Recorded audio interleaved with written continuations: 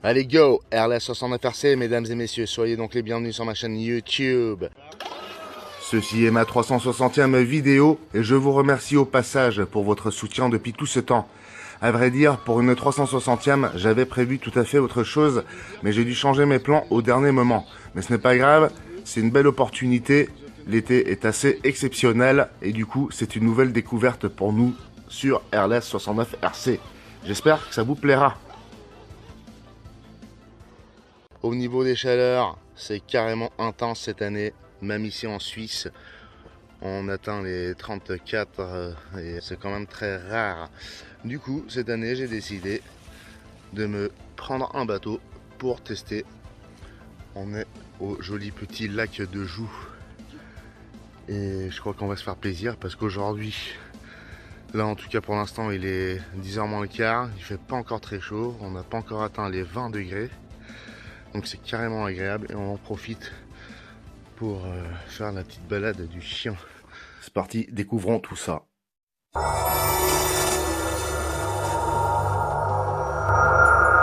On est sur un bateau Traxxas Spartan SR. SR comme self-riding, donc auto-redressement au cas où il venait à basculer. Nous avons 1,037 m de long et on est en 6S.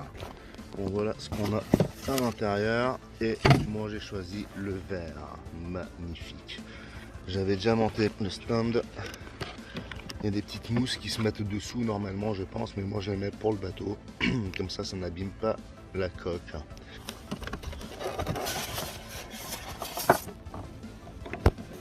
C'est quand même gros, hein. On a une clé qu'on nous a fournie avec pour ouvrir ce hatch. Et voilà à quoi cela ressemble à l'intérieur. Double connecteur donc, hein, pour deux écus. On a un peu de matos dont la clé ici pour justement serrer ces 4 vis. Une radio top qualifier ici. Voilà, donc vous branchez et tout est enclenché. Pas besoin d'appuyer sur un interrupteur ou quoi que ce soit. Deux écus de 5000 mAh chacun. Ensemble en série, ça vous fait un 6S 5000 mAh. On est donc sur 2x3S. Concernant le placement des accus, on vous conseille de placer les accus jusque là pour avoir un bon équilibre pour peut-être les premiers runs. Et le placement tout en arrière vous permettra, d'après ce qu'ils disent, d'atteindre la vitesse maximale prévue. Et le fait qu'il lève un petit peu du nez, ça fait peut-être un peu plus réaliste, hein. Pour ma part, comme je connais pas le bateau, je mets le pack au milieu, ni trop en avant ni trop en arrière. Comme ça on verra si on obtient un bon équilibre. C'est parti messieurs dames. Voilà, direction ça marche. Voilà, on met le capot. Voilà, on verrouille bien. Voilà. Allez, première mise à l'eau pour ce bateau Spartan Self-Riding. Et assurez-vous que l'hélice ne touche pas le sol ou les cailloux, hein, parce que c'est vite fait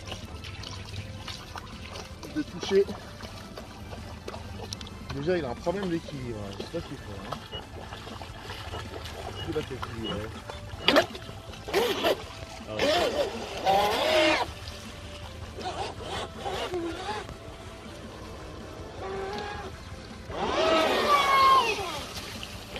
Ça trace.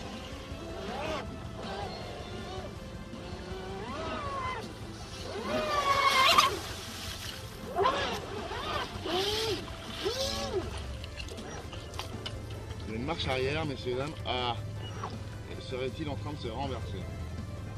Là, il faut y aller mollo parce que je suis presque déjà en train de toucher le sol, les cailloux. Allez, départ.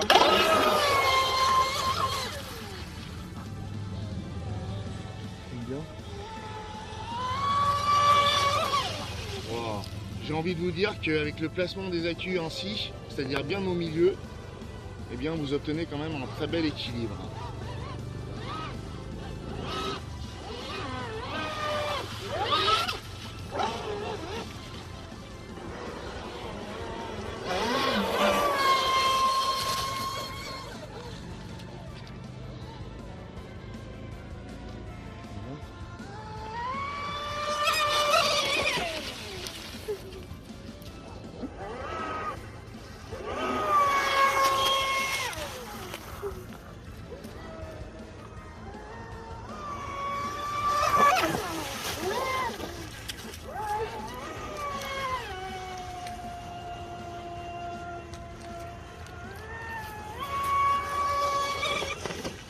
Ouf, il a pris une sacrée pétée.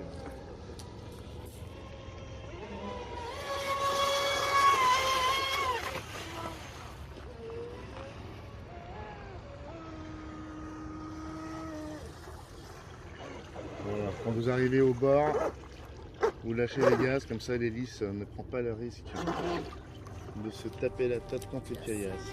Bon, c'est pas mal pour un premier run. On va ouvrir le capot pour voir s'il y a de l'eau qui est entrée. Voilà, bon, ouais, il y a quand même un peu de flotte. Mon électronique là, elle est pleine de flotte, hein. Y compris le cerveau. Il y a de la flotte à ce niveau-là, là, derrière, mais j'ai l'impression que soit il doit y avoir une fuite, soit ouais, bah, c'est pas, ça me semble pas super waterproof. Et c'est bien connu que sur ce Spartan vous retrouviez de l'eau à l'intérieur. Est-ce que c'est inévitable? Il y a pourtant le caoutchouc ici, mais ça, il faut le renforcer un peu, l'épaissir. C'est conseillé et c'est probablement ce que je vais faire en rentrant. Il faut aussi que je vois d'où vient ce problème d'immersion de flotte. Si le problème est connu, automatiquement on sait qu'il faut trouver une solution dès le départ avec ce bateau. Bon, moi ce qui m'étonne et ce dont je me souviens pas, c'est le trou qu'il y a là. Je me demande si j'avais un cache, mais je crois pas, hein. Bah, c'est justement ce qui va permettre à l'eau de s'immerger pour pouvoir faire le self-righting. Et avec le poids, ça va faire ça. Respectivement, le bateau est comme ça, l'eau s'enfile et ça crée un contrepoids. Et du coup, le bateau se redresse. On va refaire un petit run.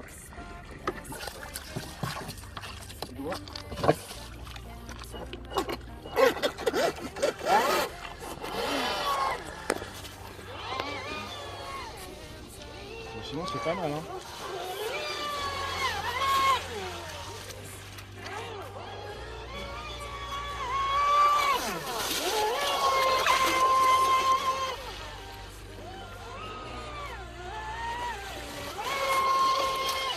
T'arrives à suivre? J'arrive à faire. Oh, le chien il vient fou.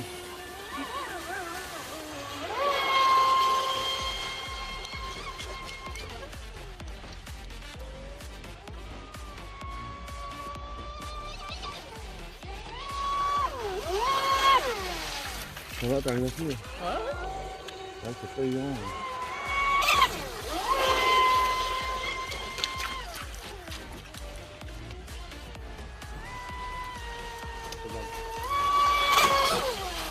Oh, il donne vachement bien en vert en plus.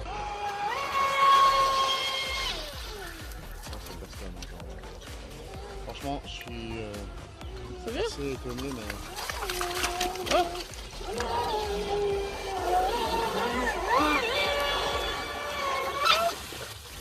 oups.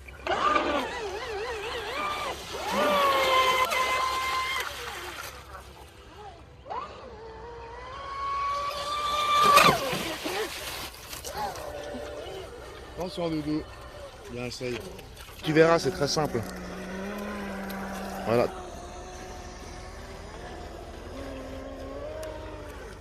Tourne là-bas. Vas-y, va à fond. Faut aller tout droit, hein. Faut essayer d'aller plutôt tout droit. Comme ça, tu risques pas de te casser la figure. Tu gardes, voilà, garde ces gaz et tu tournes un peu. Fais des virages, tu t'amuses, tu conduis un peu à gauche à droite. Voilà. Voilà, va à gauche, reviens. Vas-y, n'aie pas peur. Tourne à fond. Voilà, reste comme ça. Jusqu'à qu'il revienne. Voilà, parfait. Parfait. Très bien. Reviens. Tant qu'il n'est pas en dit pas de direction, tu peux rien faire.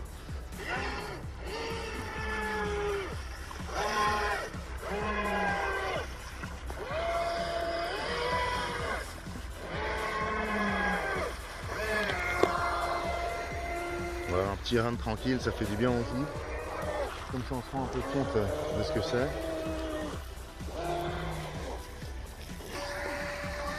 Voilà. Non, tourne à gauche.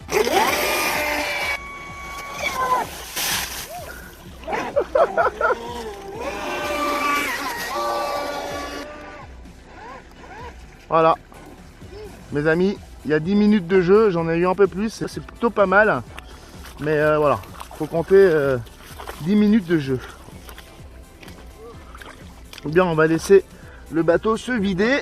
On a déjà niqué un peu l'hélice. Je vous rappelle qu'on peut acheter des hélices en alu. Hein, ça taillade beaucoup plus. Et c'est plus solide, mais d'origine, c'est déjà pas mal. Merci d'avoir découvert ce magnifique Spartan SR de chez Traxxas avec moi. Vivement le prochain run.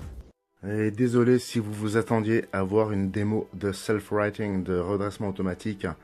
Moi aussi j'aurais aimé tester ça, mais étant donné que pas mal de flotte est entrée dans le cockpit, je me suis dit que j'allais pas prendre de risque de le mettre à l'envers dans la flotte et de complètement inonder l'électronique, même si c'est waterproof.